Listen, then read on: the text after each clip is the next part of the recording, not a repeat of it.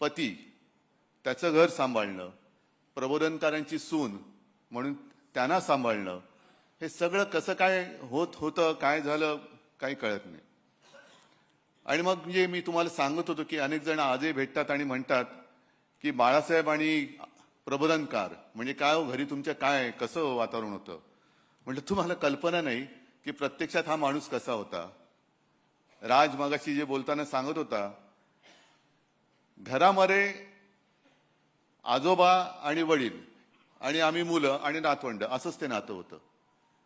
म्हणजे तुम्हाला आश्चर्य वाटेल की लहान असताना आपण, मला वाटतं बहुतेक सगळेच जण शाळेत जाताना पहिले काही दिवस आनंदाने गेलो अशी फार लोक थोडी असतील. कोण गेलेत का आनंदाने हसत असं शाळेत?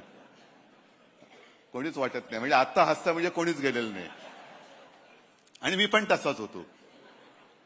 आणि शाळेला दांडी मारायची असली तर मी माचा आधार नाही घ्यायचो, जाऊन बाळासाहेबांना घट्ट मिठी मारायचो. आणि मग त्यांच्या लक्षात राहायचं. मग मा पाठोपाठायची. मग विचार काय नाही, वेळ होत चालली, शाळेला जायचं अजून तयार होत नाही, जाऊ दे ग, एक दिवस शाळेत नाही गेलं तर काय होते. अर्थात त्यांच्यासाठी ते बरोबर होतं, कारण त्यांना स्वतःला आणि माझ्या आजोबांना सुद्धा परिस्थितीनुसार 7वी मध्ये शाळा सोडावी लागली. पण त्यांनी एवढं जे काही कर्तृत्व उभं केलंय की ते ठाकरे नाव पुसायला अनेक जण इकडे उतरतायत, पण अजून ते नावच पुसलं जात नाहीये. असं काय ते वेगळं रसायन होतं. आणि त्यांची आम्ही वारसदार. मग त्याला घराणेशाही म्हणायचं तर घराणेशाही म्हणा, मला त्या घराणेशाहीचा आणि घराण्याच्या परंपरेचा अभिमान आहे आणि माझं भाग्य आहे ते. आता त्यांना म्हणजे जे विरोधक आहेत त्यांना त्यांच्या वडिलांचं नाव घ्यायला लाज वाटते, तर मी काही करू शकत नाही. आणि जेव्हा आपण महाराष्ट्राचा विचार करतो, महाराष्ट्र धर्माचा विचार करतो, तेव्हा जर का इतिहास बघितला, म्हणजे अगदी फार शिवाजी महाराज त्यांच्याही आधी जर का आपण बघितलं, तर गद्दारी हा विषय का आजचा नाहीये. गद्दारी हा विषय पूर्वापार चालत आलेला आहे. तो आपल्याला एक शापच लाभलेला आहे. आणि जर का असा विचार केला की जेव्हा विजय अशक्य असतो तेव्हा आपला शत्रू गद्दारांची मदत घेत असतो. आणि गद्दारी जर का आजपर्यंत भगव्याशी झाली नसती तर अतिशयोक्ती वाटेल, पण या महाराष्ट्राने जगाचा इतिहास बदलून दाखवला असता.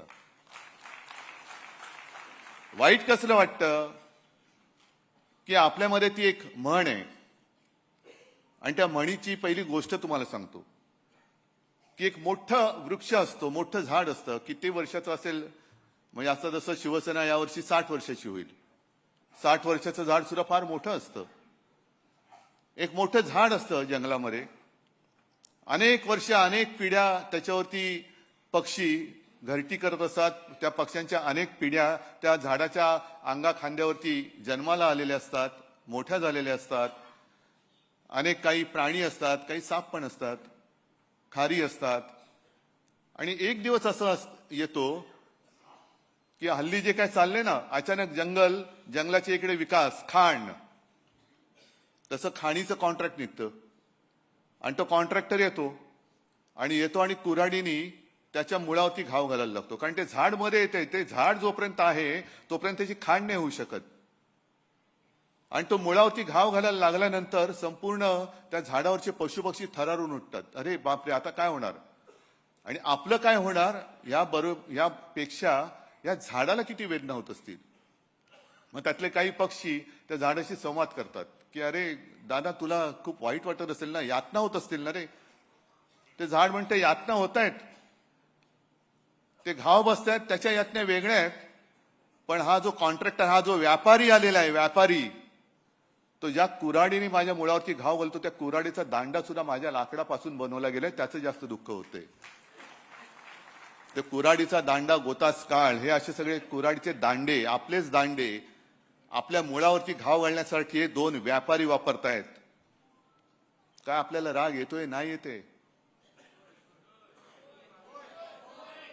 मुंबईची लढाई तुम्ही चांगली लढलात. म्हणजे आज सुद्धा सगळेजण हळहळतायत.